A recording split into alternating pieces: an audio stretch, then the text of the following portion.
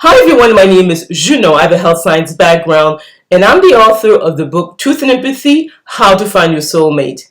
And I'll put a link to the book below. This video is about the romantic compatibility between INFJs and ESFJs. Most people have probably asked themselves the question, what makes or breaks a romantic relationship? And I think it's a good idea to look at it from the perspective of the MBTI so we can have clues, so we can make better choices when it comes to our long-term romantic partners. So if we look at the INFJs and the ESFJs, obviously, in terms of what they have in common, they are both judgers. So judgers are the type of people who are reliable, reachable. These are people who are organized.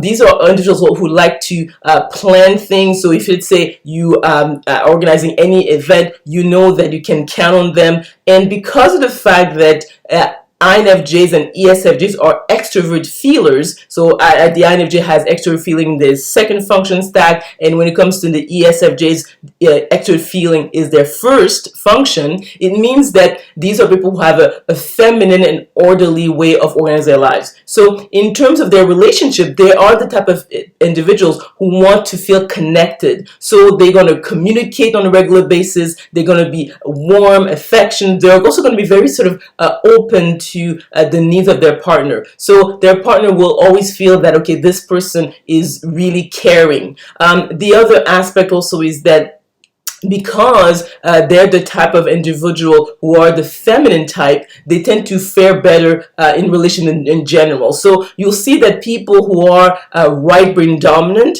tend to do better, and especially if they are extrovert feelers, because they are more focused on group harmony. So they are the type of people who are going to pay more attention to the needs of their partner compared to, let's say, someone who's an introverted feeler. Therefore, the INFJ and the ESFJ will probably get along well when it comes to their relationships. So in other words, they won't feel that they have to pinpoint the self-evident in terms of, okay, I want this person to reciprocate. I want this person to be warm and attentive. So they are going to fare well that way. And also in terms of like practical aspects of life, so paying the bills, taking the trash out, doing the household chores, everything in these aspects going to be pretty well. The main issue when it comes to INFJs and ESFJs is that it's the energy difference within the two. Interesting enough is that the ESFJ, being a center judger, means that in terms of their brainwave dominance, it's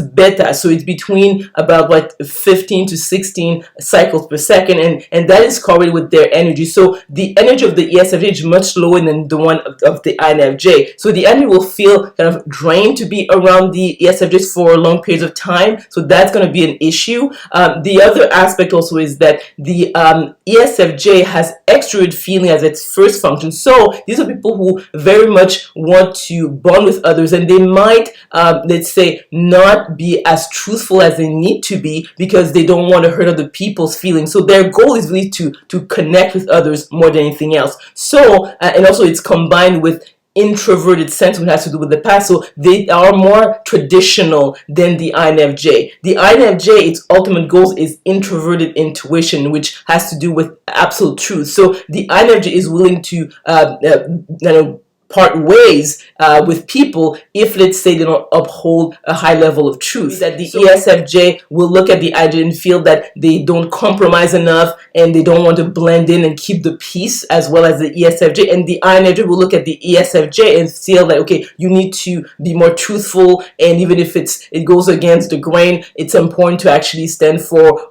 integrity and truth. So that's going to be an issue. And the INFJ, it is about the abstract future, whereas the ESFJ has to do with the concrete past. So that also is going to be different. So the energy is very untraditional, actually. It's probably the least traditional of all the 16 personality, which is kind of interesting compared to like other people who might look at it from a different aspect. And the other point as well is that the INFJ obviously is an introvert because of the energy that they have, because the energy has the highest energy of all the 16 personality types. So that personality type needs a lot of time alone, and the ESFJ like to spend a lot of time with their friends and family. So there might be issues there because the energy needs more time to recharge, whereas the ESFJ feels energized by being around a lot of people. So that might be an issue in terms of their relationship. The other aspect also is that the ESFJ has introverted thinking as its fourth function. The INFJ has introverted thinking as its third function. So even in terms of the topics they can explore, the INFJ might be able to talk about, let's say, the humanities with the ESFJ. So let's say if we talk about psychology or sociology, let's say matters of the heart and things of the sort. But when it comes to math and science, the ESFJ usually is not good at it. So the INFJ will have to go outside to fulfill those needs, because the ESFJ really, because it's a very right brain dominant type of brain, just like the INFJ, but because the thinking function is so low, it's difficult for them usually to grasp these concepts. So overall, I would say that the INFJ and the ESFJ could be, let's say, good acquaintances. They could spend some time together, but, or they could be like, it's a co-workers, but long term, in a sort of long term relationship, it's going to be challenging because of the fact that obviously they have a difference in energy. So the INFJ, being a theta brain dominance, has high energy, will feel sort of drained being with the ESFJ, because the ESFJ is a sensor judger. The other aspect is that the INFJ is